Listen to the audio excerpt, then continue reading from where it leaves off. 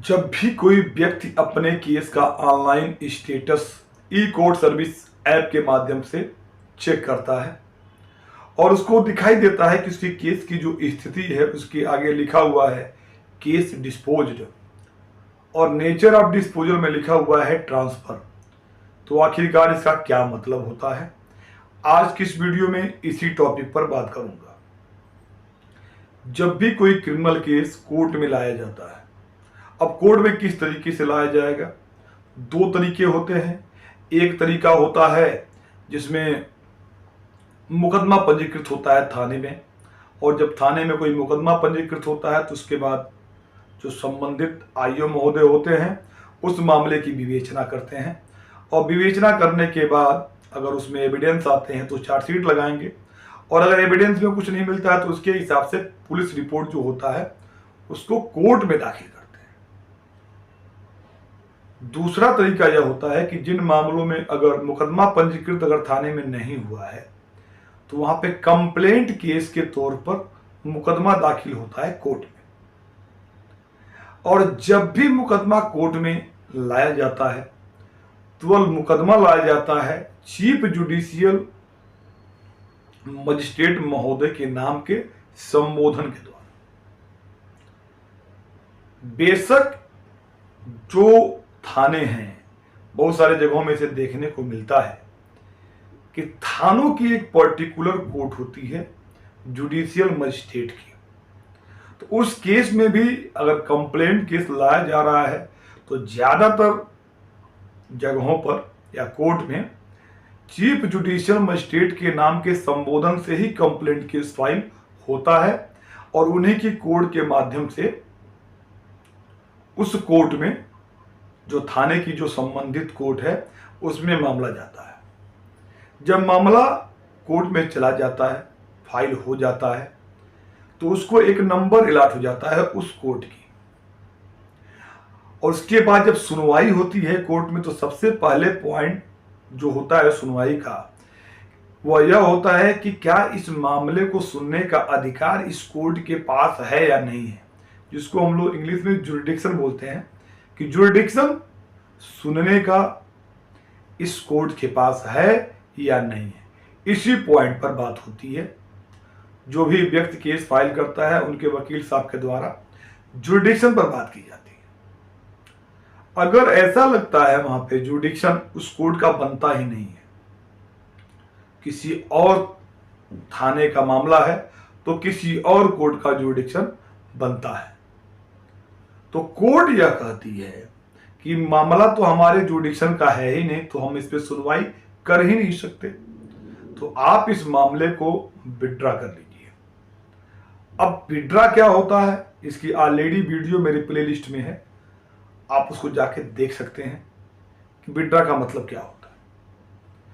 लेकिन अगर मामला उसी सेम जिले का हो, अलग अलग थाने का हो, और एक ही जिले का अगर मामला है तो उसके चीफ जुडिशियल मजिस्ट्रेट ही एक ही होंगे।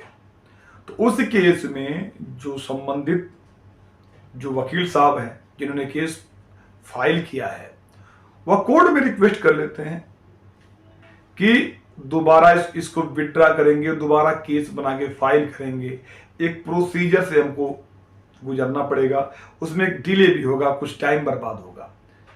तो कोर्ट से वह या विनती कर लेते हैं या रिक्वेस्ट कर लेते हैं कि मामला इसी जिले का है, सिर्फ थाना चेंज है, तो आप इस मामले को उस थाने की कोर्ट में आप ट्रांसफर कर दीजिए।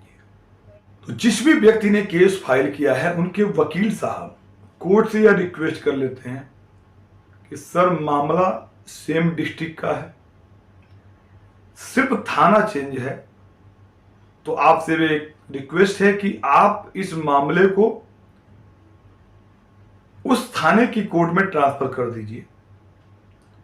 आप चीफ जुडिशियल मजिस्ट्रेट साहब के कोर्ट में इस मामले को भेज दीजिए, वहां से वह मामला उस कोर्ट में चला जाएगा।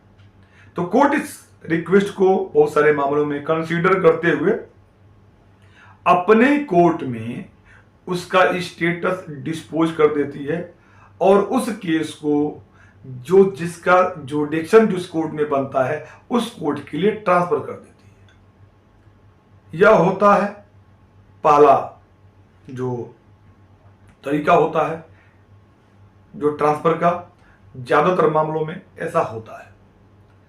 दूसरा तरीका क्या होता है? दूसरा तरीका यह होता है, जिन भी मामलों में ट्रांसफर अगर शो हो रहा है तो वो होता है सेशन कमिट। अब सेशन कमिट का मतलब यह होता है कि जब भी कोई मुकदमा थाने पर पंजीकृत होता है तो उसमें धाराएं लगती हैं, विवेचना होती हैं। तो जो धाराएं होती हैं उनका जो ट्रायल किया जाना होता है वह जुडिशियल मजिस्ट्रेट के द्वारा ट्रायल किया जाना होता है, चीफ जुडिशियल मजिस्ट्रेट के द्वारा ट्रायल किया जाना होता है। और कुछ मामलों में, कुछ धाराओं में ट्रायल करने का अधिकार सिर्फ सेशन कोर्ट को होता है। यह भारतीय नागरिक सुरक्षा संहिता में यह बताया गया है कि कौन सी धाराओं का ट्रायल किसके द्वारा किया जाएगा। तो जब भी कोई चार्जशीट आएगी या पुलिस अपने रिपोर्ट को जो फाइल करती है तो फाइल करती है चीफ जुडिशियल मजिस्ट्रेट की कोर्ट में या जो संबंधित जुडिशियल मजिस्ट्रेट की कोर्ट है वहां पर। तो सबसे पहले यह चेक किया जाता है, पहले संज्ञान लेके एक्यूज को वहां बुलाया जाता है। जब एक्यूज आ जाते हैं तो उनको कॉपी सप्लाई की जाती है और कॉपी सप्लाई करने के बाद यह देखा जाता है कि अब मामला का ट्रायल किसके द्वारा किया जाएगा, सेशन कोर्ट के द्वारा या जुडिशियल मजिस्ट्रेट के द्वारा। और अगर यह लगता है कि नहीं, ये जो सेक्शन इसमें लगे हैं इनका ट्रायल सेशन कोर्ट के द्वारा होना है, तो उस फाइल को सेशन कमिट करके सेशन कोर्ट में भेज दिया जाता है। सेशन कमिट पे एक अलग से मैंने वीडियो बना रखी है, अगर आप उसको देखना चाहते हैं तो जाकर देख सकते हैं। दूसरा कारण यह होता है। तीसरा कारण होता है, जब भी किसी केस को कोर्ट में जब आ गया तो जज साहब को यह लगता है कि ये जो दोनों में से कोई पक्षकार मेरे जानने वाले हैं, तो उस मामले में अपने आप को अलग कर लेते हैं। या दोनों में से किसी पक्षकार ने अगर किसी कोर्ट में, जो चीफ जुडिशियल मजिस्ट्रेट की कोर्ट में एप्लीकेशन लगा दी कि मेरे मामले को निष्पक्ष तरीके से नहीं सुनवाई हो रही है इस कोर्ट में, तो उस मामले में भी कोर्ट जो होती है उस मामले से अपने आप को अलग करके किसी दूसरे कोर्ट में, जो चीफ जुडिशियल मजिस्ट्रेट की कोर्ट में, उसको भेज देती है। अब चीफ जुडिशियल मजिस्ट्रेट जिस भी कोर्ट को मार्क करेंगे आगे की कार्रवाई उसकी उस कोर्ट में चलेगी। तो यही तीन जो होते हैं मुख्य कारण होते हैं जिसमें ट्रांसफर शो करता है। तो उम्मीद करता हूं दी गई इंफॉर्मेशन आपको समझ में आई होगी। फिर भी कोई सवाल है, कोई सुझाव है, कमेंट बॉक्स में बताइए, रिप्लाई देने का प्रयास करूंगा जल्द से जल्द। Thank you for watching.